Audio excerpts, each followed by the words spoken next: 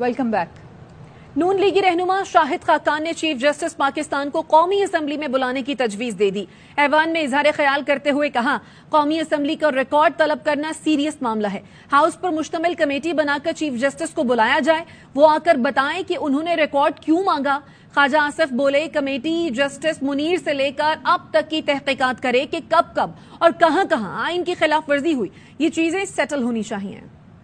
Court نے house کا record مانگا ہے، اگر ریکارڈ مانگا گیا یہ بہت سیریس مسئلہ ہے۔ ہاؤس کا ریکارڈ اس ہاؤس کی پراپرٹی ہوتا ہے اور اسپیکر صاحب ہم سے پوچھے بغیر یہ ریکارڈ نہیں دے سکتے۔ آپ ایک کمیٹی آف دا ہاؤس بنائیں جو اس معاملے کو ڈیبیٹ کرے، یہاں پر چیف جسٹس صاحب کو بلایا جائے اور وہ یہ بتائیں کہ کیوں انہوں نے یہ ریکارڈ مانگا ہے۔ کمیٹی بنا دیں جو یہ انویسٹیگیٹ کرے کہ جسٹس منیر سے لے کے پریزنٹ میں آئین کے ساتھ کیا کیا ہو رہا ہے، کیا وائلیشنز کی جا رہی ہیں، یہ ساری چیزیں۔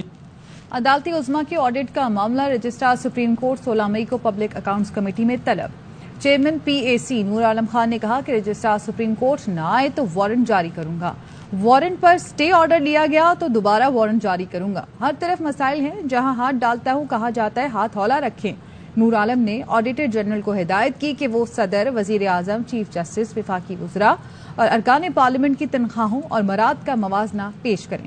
پی اے سی نے نیشنل کرائم ایجنسی یو کے سے 190 ملین پاؤنڈ کا ریکارڈ بھی طلب کر لیا۔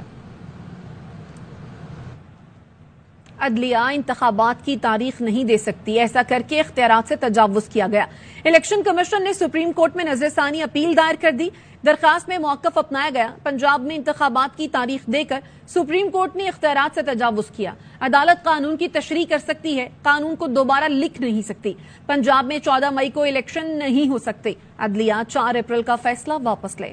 کورٹ نے پنجاب میں الیکشن کی تاریخ دے کر اختیارات سے تجاوز کیا۔ سپریم کورٹ کے پاس انتخابات کی تاریخ دینے کا اختیار ہی نہیں۔ عدالت کو الیکشن کمیشن کے اختیارات میں مداخلت کرنے سے گریز کرنا چاہیے۔ پنجاب میں پولنگ کے لیے 14 مئی کی تاریخ واپس لینے کی درخواست کر دی۔ عدالت قانون کی تشریح کر سکتی ہے، قانون کو دوبارہ لکھ نہیں سکتی۔ با اختیار الیکشن کمیشن وقت کی ضرورت ہے۔ الیکشن کمیشن نے کہا، مدت ختم ہونے سے پہلے آرٹیکل 254 سے فائدہ اٹھایا جا سکتا ہے۔ حاجی سیف اللہ کیس میں سپریم کورٹ کا فیصلہ موجود ہے، جس میں الیکشن کو 4 ماہ آگے بڑھانے کی اجازت دی تھی۔ الیکشن کمیشن نے استدعا کی کہ انتخابات کے انعقاد سے متعلق آرٹیکلز کو ایک ساتھ پڑھا جائے۔ وفاقی حکومت نے تاحال فنڈز بھی فراہم نہیں کیے۔ الیکشن کمیشن نے موقف اپنایا کہ پنجاب اور خیبر پختونخوا میں پہلے انتخاب ہونے سے قومی اسمبلی کا الیکشن شفاف نہیں ہوگا۔ پی ٹی آئی پنجاب میں 14 مئی کو الیکشن کے لیے سپریم کورٹ پہنچ گئی۔ انتخابات پر حکومت کے ساتھ مذاکرات کی رپورٹ جمع کروا دی، موقف اپنایا۔ پی ٹی آئی نے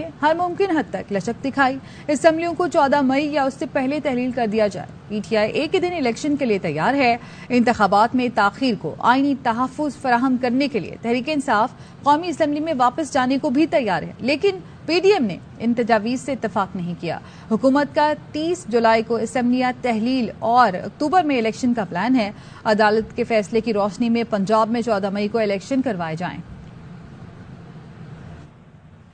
اسلام آباد ہائی کورٹ میں عمران خان کے خلاف 7 مقدمات میں عبوری ضمانت کی درخواستوں پر سماعت۔ عمران خان کو کل تک پیش ہونے کی مہلت مل گئی ہے۔ چیف جسٹس عامر فاروق نے ریمارکس دیے، عمران خان کل تک پیش نہیں ہوتے تو ضمانت خارج ہو جائے گی۔ استفسار کیا کہ جس دن سورج اچھی طرح نکلا ہوگا، چڑیاں چہچہا رہی ہوں گی تو پیش ہو جائیں گے۔ وکیل نے یقین دہانی کرائی کہ عمران خان کو کل ایمبولینس میں بھی آنا پڑا تو ضرور پیش ہوں گے۔ ایڈوکیٹ جنرل نے بتایا، ہم نے آج بھی سیکیورٹی انتظامات کرائے تھے اور کل پھر کریں گے، جس پر جسٹس میاں گل حسن اورنگزیب نے کہا، جب عمران خان لاہور سے نہیں نکلے تو آپ انتظامات ہی نہ کرتے۔ سماعت کل تک ملتوی کر دی گئی۔ عمران خان کی ٹانگ میں سوجن بڑھنے سے انفیکشن کا خطرہ ہے۔ شوکت خانم اسپتال کے میڈیکل بورڈ نے عمران خان کو مکمل آرام کا مشورہ دیا۔ ذرائع کا کہنا ہے کہ آرام نہ کیا تو عمران خان کی متاثرہ ٹانگ میں سوجن بڑھ سکتی ہے۔ سوجن سے انفیکشن ہوا تو دوبارہ آپریٹ کیا جائے گا۔ عمران خان کو غیر معمولی نقل و حرکت کے لیے ویل چیئر کے استعمال کی ہدایت کر دی گئی۔ پی ٹی آئی رہنما شبلی فراز کہتے ہیں، کل ہائی کورٹ میں سیکیورٹی نہ ہونے سے دھکم پیل ہوئی، جس سے عمران خان کی ٹانگ دوبارہ زخمی ہو گئی۔ عمران خان صحتیاب ہونے پر دوبارہ سیاسی بنیاد پر قائم مقدمات کا سامنا کریں گے۔ کیا ٹانگ پر دباؤ صرف عدالت میں پیش ہونے سے آتا ہے، ریلی میں شرکت کرنے سے نہیں آتا؟